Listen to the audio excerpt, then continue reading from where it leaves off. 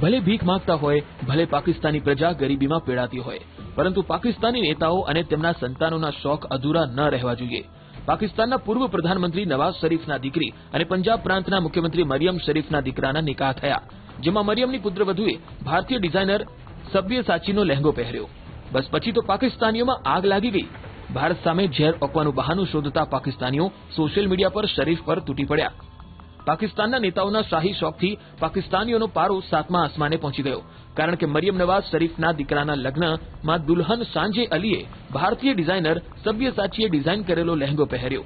દાણા દાણા માટે તરસતા દેશમાં નેતાઓનો આવો શોખ, અને એ પણ વળી ભારતીય ડિઝાઇનરનું નામ પડતા જ હોબાળો મચી ગયો.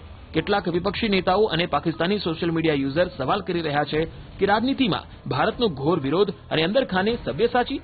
પાકિસ્તાની નેતાઓની આ બેવડી નીતિથી પાકિસ્તાનીઓ ઉકળી ઉઠ્યા છે. એક તરફ પાકિસ્તાન દેવાના ડુંગર તળે દબાયેલું છે, ગરીબીમાં પાકિસ્તાનીઓ કચડાઈ રહ્યા છે, તો બીજી તરફ નવાઝ શરીફના પરિવારનો વૈભવ અને શાહી શોખ ખતમ થવાનું નામ નથી લેતો. મરિયમના દીકરા જુનેદ સફદરના લગ્નમાં થયેલા બેફામ ખર્ચાઓના કારણે એવી ચર્ચાઓ થઈ છે કે નેતાઓને પાકિસ્તાનની સામાન્ય જનતાની કોઈ ચિંતા નથી.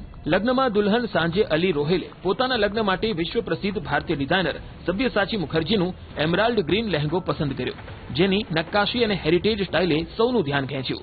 આ વિરોધાભાસ જ છે કે જે દેશ સત્તાવાર રીતે ભારતનો વિરોધ કરે છે તેના રસૂખદાર પરિવારોને ભારતીય કારીગરી જ સૌથી વધુ પસંદ આવે છે. પાકિસ્તાનના નેતાઓની રાજનીતિ ભારતનો વિરોધ અને ભારત વિરોધી ઝેર ઓકવા પર ટકેલી છે, પરંતુ જ્યારે વાત ખાનગી શોખ અને શાનો શોકતની આવે છે તો વળી ભારત જ તેમની પસંદગી બની જાય છે. આમ પણ ભૂખડ દેશમાં આ પ્રકારની ડિઝાઇન કે ગુણવત્તા મળવી મુશ્કેલ હોય એ સ્વાભાવિક છે. મરિયમ નવાઝની વહુનો આ ભારતીય પ્રેમ તેમના રાજકીય પાખંડની પોલ ખોલે છે. આથી સ્પષ્ટ છે કે તેમની નફરત માત્ર જનતાને બતાવવા માટે જ છે. પાકિસ્તાની સોશિયલ મીડિયા પર લોકો આ વાતથી સૌથી વધુ ખફા છે. એવી પોસ્ટ કરી રહ્યા છે કે પાકિસ્તાનમાં શ્રેષ્ઠ ડિઝાઇનરોની કમી નથી, તેમ છતાં મરિયમ નવાઝના પરિવારે સરહદ પારના ડિઝાઇનરને મહત્વ આપ્યું. ટીકાકારોનું માનવું છે કે આ મેડ ઇન પાકિસ્તાનના પોકળ દાવા અને રાષ્ટ્રીય ગૌરવનું સીધું અપમાન છે.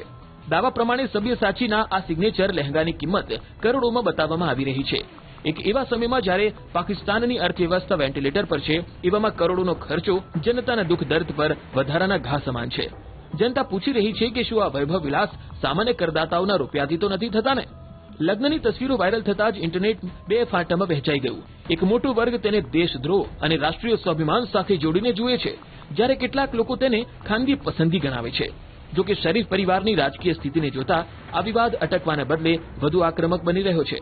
બચાવ કરનારાઓનું તર્ક છે કે કલા અને ફેશનને સરહદોમાં ન બાંધી શકાય. તેમનું કહેવું છે કે ઘણી ભારતીય હસ્તીઓ પણ પાકિસ્તાની ડિઝાઇનરો જેમ કે ફરાઝ મનાનના કપડાં પહેરે છે, પરંતુ ટીકાકારો પલટવાર કરી રહ્યા છે કે ભારતની આર્થિક સ્થિતિ પાકિસ્તાન જેવી ખરાબ નથી, તેથી બંનેની તુલના ખોટી છે.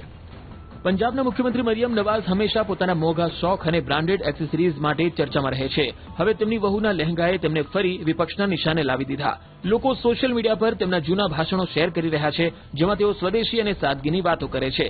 આ વિવાદ માત્ર એક લહેંગા સુધી મર્યાદિત નથી, પરંતુ તે પાકિસ્તાનના એ નેતૃત્વની માનસિકતાને દર્શાવે છે જે બે નાવ પર સવાર છે.